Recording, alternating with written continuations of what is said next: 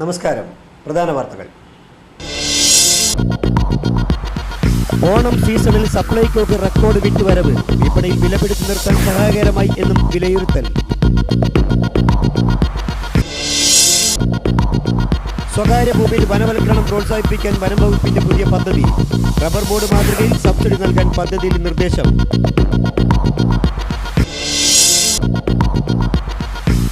സ്വർണ്ണവിലയിൽ മുന്നേറ്റം, പവന് 280 രൂപയാണ് ഒറ്റയടിക്ക് ഉയർന്നത്.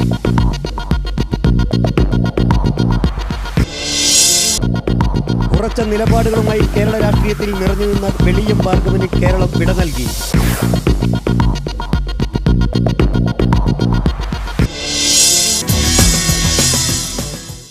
വാർത്തകൾ വിശദമായി. ഓണം സീസണിൽ സപ്ലൈകോക്ക് റെക്കോർഡ് വിറ്റുവരവ്. സപ്ലൈകോയുടെ പ്രവർത്തനം വിപണി വില പിടിച്ചു നിർത്താനും സഹായകരമായി എന്നാണ് അധികൃതരുടെ വിലയിരുത്തൽ. വിവിധ മേളകളിലൂടെ ഓണക്കാലത്ത് കൂടുതൽ സാധാരണക്കാരെ ആകർഷിക്കാൻ കഴിഞ്ഞുവെന്നാണ് അധികൃതർ വിലയിരുത്തുന്നത്. സാധനങ്ങളുടെ വിറ്റുവരവ് തന്നെയാണ് ഇതിന് ആധാരമായി അധികൃതർ ചൂണ്ടിക്കാട്ടുന്നത്. കഴിഞ്ഞ ഓഗസ്റ്റ് 2-നാണ് ഓണത്തോടനുബന്ധിച്ചുള്ള മേളകൾക്ക് സിവിൽ സപ്ലൈസ് കോർപ്പറേഷൻ തുടക്കം കുറിച്ചത്. 1.5 മാസം പിന്നിട്ട് സെപ്റ്റംബർ 15-ലെത്തിയപ്പോൾ വിറ്റുവരവ് 500 കോടി രൂപയിലധികമായി. പ്രാഥമിക കണക്കാണിത്. മുൻവർഷത്തെ അപേക്ഷിച്ച് 25% വർധനമുണ്ടായതായാണ് കണക്കുകൾ സൂചിപ്പിക്കുന്നത്. കഴിഞ്ഞ വർഷം അരി ഉൾപ്പെടെ 49,000 ടൺ സാധനങ്ങളായിരുന്നു ഓണക്കാലത്ത് സപ്ലൈകോ വിറ്റഴിച്ചത്. ഇത്തവണ ഇത് 79,000 ടൺ ആയി ഉയർന്നു. അരിയുടെ വിൽപ്പനയിൽ 3 ഇരട്ടിയാണ് വർധനമുണ്ടായത്. 15,000 ടണ്ണിൽ നിന്ന് 45,000 ടൺ ആയി അരി വിൽപ്പന.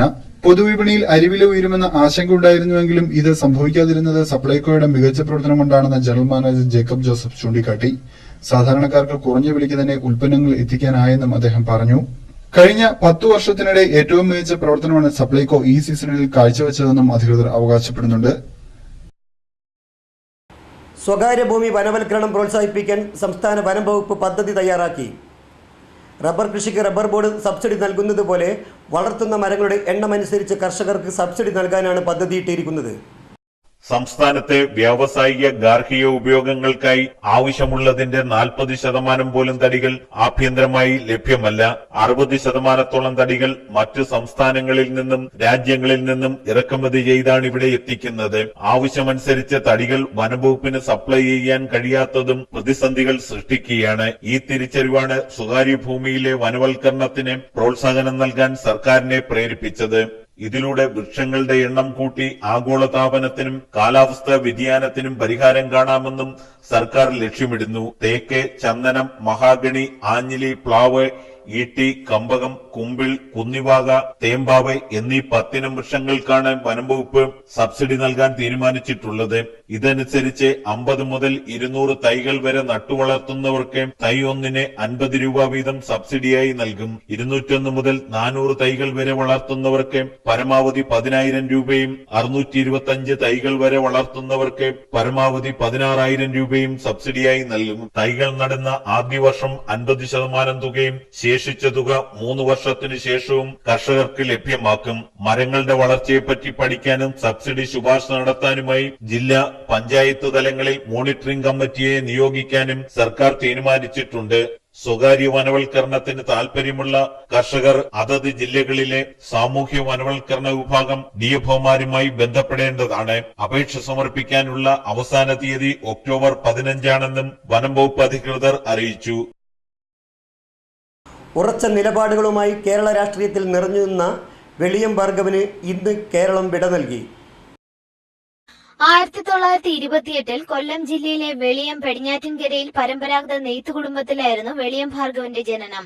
വെളിയം സംസ്കൃത സ്കൂളിലായിരുന്നു പഠനം. വേദങ്ങളും ഉപനിഷത്തുകളും പഠിച്ച് ആത്മീയതയുടെ വഴി സ്വീകരിച്ച വെളിയം പിന്നീട് അടിയുറച്ച കമ്മ്യൂണിസ്റ്റുകാരനാവുകയായിരുന്നു. കാവ്യുടുത്ത് തലമുണ്ഡനം ചെയ്ത് 3 വർഷം സന്യാസിയായി അലഞ്ഞുതിരിഞ്ഞു. പോയിടത്തെല്ലാം കള്ളന്മാരെ കണ്ടതിനാലാണ് സന്യാസ ജീവിതം ഉപേക്ഷിച്ചതെന്ന് വെളിയം പിന്നീട് വെളിപ്പെടുത്തി.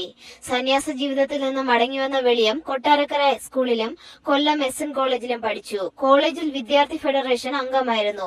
1948 21ാമത്തെ വയസ്സിൽ കമ്മ്യൂണിസ്റ്റ് പാർട്ടി അംഗമായി. ജനങ്ങളുടെ യാതനകളും നാട്ടിൽ നടന്ന പ്രക്ഷോഭവുമാണ് വെളിയത്തെ കമ്മ്യൂണിസ്റ്റുകാരനാക്കിയത്. ഭരണകൂടത്തിന്റെ പീഡനങ്ങൾ ഒട്ടേറെ ഏറ്റുവാങ്ങേണ്ടി വന്നെങ്കിലും എല്ലാം സധൈര്യം നേരിട്ടു. 1954 ട്രാൻസ്പോർട്ട് സമരകാലത്ത് പോലീസുകാർ വെളിയത്തിന്റെ മീശയും തലമുടിയും പിഴുതു. അന്ന് നട്ടലിനേറ്റ ക്ഷതം ജീവിതാവസാനം വരെ വെളിയം ഭാർഗവന് കൊണ്ടു നടക്കേണ്ടി വന്നു. 1964 പാർട്ടി പിളർപ്പിന് ശേഷം MN ഗോവിന്ദൻ നായർക്കും TV തോമസിനുമൊപ്പം CPI കെട്ടിപ്പടുക്കുന്നതിൽ നിർണായ പങ്ക് വഹിച്ചയാളായിരുന്നു വെളിയം ഭാർഗവൻ. 1956 കമ്മ്യൂണിസ്റ്റ് പാർട്ടി അധികാരത്തിലെത്തിയ സംസ്ഥാനത്തെ ആദ്യ നിയമസഭാ തെരഞ്ഞെടുപ്പിൽ MLA ആയി തെരഞ്ഞെടുക്കപ്പെട്ടു. ചടയമംഗലം നിയമസഭാ മണ്ഡലത്തിൽ നിന്നാണ് അവിഭക്ത കമ്മ്യൂണിസ്റ്റ് പാർട്ടിയുടെ യുവ നേതാവായിരുന്ന അദ്ദേഹം നിയമസഭയിലെത്തിയത്. തുടർന്ന് 1960 നിയമസഭാ തെരഞ്ഞെടുപ്പിൽ മത്സരിച്ച് ജയിച്ചുവെങ്കിലും നിയമസഭ ചേരാതിരുന്നതിനാൽ MLA ആയില്ല. പിന്നീട് അധികാര രാഷ്ട്രീയത്തോട് വെളിയം ദൂരം പാലിച്ചു. ഒരൊറ്റ തെരഞ്ഞെടുപ്പിൽ പോലും മത്സരിക്കാൻ കൂട്ടാക്കാത്ത വെളിയം CPIയെ ശക്തിപ്പെടുത്തുന്നതിന്റെ നെടുനായകത്വം ഏറ്റെടുത്തു. 1998 കണ്ണൂർ സമ്മേളനത്തിൽ PK വാസുദേവൻ നായരുടെ പിൻഗാമിയായി CPI സംസ്ഥാന സെക്രട്ടറിയായ അദ്ദേഹം പാലക്കാട്, കോട്ടയം, തൃശൂർ സമ്മേളനങ്ങളിൽ പാർട്ടി സംസ്ഥാന സെക്രട്ടറിയായി തുടർന്നു. തൃശൂർ സമ്മേളനത്തിൽ പദവി ഒഴിയാൻ താൽപര്യം പ്രകടിപ്പിച്ചെങ്കിലും പാർട്ടിയുടെ നിർബന്ധത്തെ തുടർന്ന് തുടരുകയായിരുന്നു. 2010 CK ചന്ദ്രപ്പനെ പാർട്ടിയുടെ ചുമതല ഏൽപ്പിച്ച ശേഷം വിശ്രമ ജീവിതം നയിക്കുകയായിരുന്നുവെങ്കിലും പാർട്ടി കാര്യങ്ങളിൽ സജീവമായിരുന്നു. പാർട്ടി ദേശീയ നിർവാഹക സമിതി അംഗമായിരുന്നു വെളിയം ഭാർഗവൻ. പാർട്ടിയുടെ തന്ത്രങ്ങൾ രൂപപ്പെടുത്തുന്നതിൽ പ്രധാനിയായിരുന്ന അദ്ദേഹത്തെ സ്നേഹപൂർവ്വം ജനങ്ങൾ ആശാൻ എന്ന് വിളിച്ചു. സംശുദ്ധ രാഷ്ട്രീയത്തിനുടമയായിരുന്ന നേതാവിനെയാണ് വെളിയത്തിന്റെ വിയോഗത്തിലൂടെ നഷ്ടമായിരിക്കുന്നത്. സ്വർണ്ണവിലയിൽ മുന്നേറ്റം. പവന് 280 രൂപയാണ് ഒറ്റയടിക്ക് ഉയർന്നത്. ഇതോടെ പവൻ വില 22,080 രൂപയിലെത്തി. ഗ്രാമിന് 35 രൂപ വർദ്ധിച്ച് 2,760 രൂപയായി. ഒരാഴ്ചക്കിടെ ഏറ്റവും ഉയർന്ന നിരക്കാണ് ഇത്. അന്താരാഷ്ട്ര വിപണിയിൽ ഒരു ട്രോയ് ഔൺസ് സ്വർണത്തിന് $1,361.30 ആയിട്ടുണ്ട്. INL ലോക്സഭാ മണ്ഡലം കൺവെൻഷൻ അഖിലേന്ത്യാ സെക്രട്ടറി അഹമ്മദ് ദേവർകോവിൽ ഉദ്ഘാടനം ചെയ്തു. ജില്ലാ പ്രസിഡന്റ് PA മുഹമ്മദ് കുഞ്ഞി അധ്യക്ഷനായി. ഇനിയൊരു ഇടവേള. വസ്ത്രവിപണന രംഗത്ത് പതിറ്റാണ്ടുകളുടെ സേവന പാരമ്പര്യമുള്ള കണ്ണൻസ് കാഞ്ഞങ്ങാടിത ഓണത്തെ വരവേൽക്കാൻ പുതുപുത്തൻ വസ്ത്രശേഖരവുമായി നിങ്ങളെ സ്വാഗതം ചെയ്യുന്നു. കല്യാണ പട്ടുസാരികൾ, സെറ്റുമുണ്ടുകൾ, dhoti, sari, lacha, choli, churidar materials, shirt, T shirt, pant, jeans, കുഞ്ഞുടുപ്പുകൾ, റെഡിമെയ്ഡുകൾ തുടങ്ങി വസ്ത്രവിസ്മയങ്ങളുടെ വൻ ശേഖരം. തിരുവോണാഘോഷം അവിസ്മരണീയമാക്കാൻ കണ്ണൻസ് കാഞ്ഞങ്ങാടിന്റെ വസ്ത്രലോകത്തേക്ക് നിങ്ങളെ സ്വാഗതം ചെയ്യുന്നു. Kannan's textiles and readymade, main road, Kanhangad. Kannan's, ഉത്തര മലബാറിന്റെ സമ്പൂർണ്ണ കുടുംബ വസ്ത്രാലയം. വാർത്തകൾ തുടരുന്നു.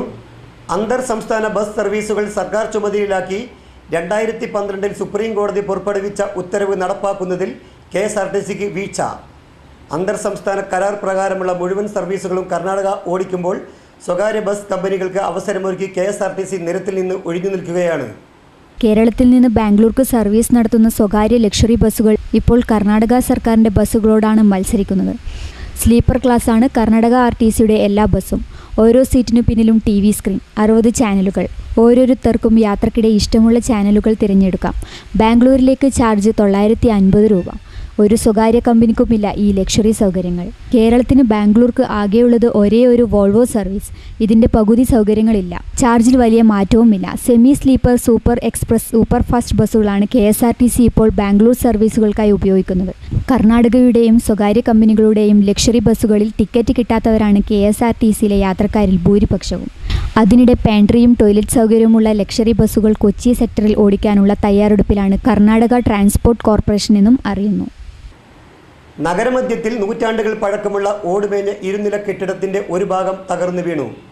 നീലേശ്വരം രാജാ റോഡിലെ ടെലിഫോൺ എക്സ്ചേഞ്ചിന് പരിസരത്തെ ഓടിട്ട ഇരുനില കെട്ടിടമാണ് ബുധനാഴ്ച രാവിലെ 8 മണിയോടെ തകർന്നത്. കെട്ടിടത്തിന്റെ താഴത്തെ നിലയിൽ 5 സ്ഥാപനങ്ങൾ പ്രവർത്തിക്കുന്നുണ്ട്. ബിഗ് 3 ഹാർഡ്വെയേഴ്സ് ഉടമ പടിഞ്ഞാറ്റൻ കൊഴുവലിലെ ബാബു കടയുടെ ഷട്ടർ ഉയർത്തി തുറന്ന ഉടനെ വൻ ശബ്ദത്തോടെ 1-ാം നിലയുടെ മുകളിലെ സിമന്റ് കൈവരികൾ ഉൾപ്പെടെ ഒരു ഭാഗം തകർന്നടിഞ്ഞത്. തൂണുകളും മര ഉരുപ്പടികളും നിലം പതിച്ചു.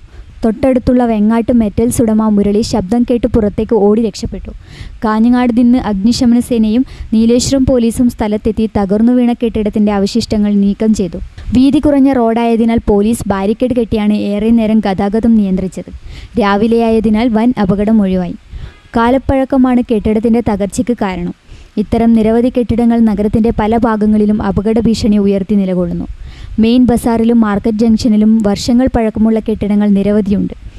കെട്ടിടങ്ങളുടെ കാലപ്പഴക്കം പരിഗണിക്കാതെ ലൈസൻസ് പുതുക്കി നൽകി വരുന്നുണ്ടെങ്കിലും ഇത്തരം കെട്ടിടങ്ങൾ ഏതു സമയവും നിലം പതിക്കാവുന്ന രീതിയിലാണ്. കഴിഞ്ഞ വർഷം നഗരസഭാ കാര്യാലയത്തിന് മുമ്പിലുള്ള മുരളീധരന്റെ അനാദി കടയുടെ 1ാം നില തകർന്നു വീണിരുന്നു.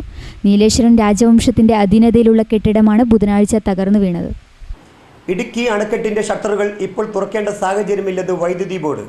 2403 അടിയായി ജലനിരപ്പ് ഉയർന്നാൽ മാത്രം ഇക്കാര്യം പരിഗണിച്ചാൽ മതിയെന്ന് അവലോകന യോഗത്തിൽ തീരുമാനിച്ചു. 2400.16 അടിയാണ് ഇപ്പോഴത്തെ ജലനിരപ്പ്. ഇടുക്കി അണക്കെട്ട് മറ്റന്നാൾ തുറന്നുവിടാൻ സാധ്യതയുണ്ടെന്ന് നേരത്തെ റിപ്പോർട്ടുകൾ വന്നിരുന്നു. വേനൽ മഴയിൽ കൃഷിനാശം സംഭവിച്ച ജില്ലയിലെ കർഷകർക്കുള്ള സഹായധനം 23-ന് കൃഷിമന്ത്രി KP മോഹനൻ വിതരണം ചെയ്യുമെന്ന് ഇ. ചന്ദ്രശേഖരൻ MLA അറിയിച്ചു. 11 കോടി രൂപയുടെ കൃഷിനാശമുണ്ടായതായാണ് കൃഷിവകുപ്പ് നടത്തിയ പരിശോധനയിൽ കണ്ടെത്തിയത്. പ്രധാന വാർത്തകൾ ഒരിക്കൽ കൂടി. ഓണം സീസണിൽ സപ്ലൈകോക്ക് റെക്കോർഡ് വിറ്റുവരവ്. വിപണിയിൽ വിലപിടിച്ചു നിർത്താൻ സഹായകരമായി എന്നും വിലയിരുത്തൽ. സ്വകാര്യ ഭൂമിയിൽ വനവൽക്കരണം പ്രോത്സാഹിപ്പിക്കാൻ വനം വകുപ്പിന്റെ പുതിയ പദ്ധതി. റബ്ബർ ബോർഡ് മാതൃകയിൽ സബ്സിഡി നൽകാൻ പദ്ധതിയിൽ നിർദ്ദേശം.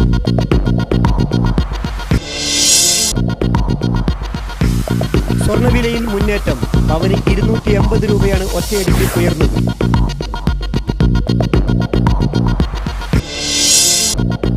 ഉറച്ച നിലപാടുകളുമായി കേരള രാഷ്ട്രീയത്തിൽ നിറഞ്ഞുനിന്ന വെളിയം ഭാർഗവന് കേരളം വിട നൽകി.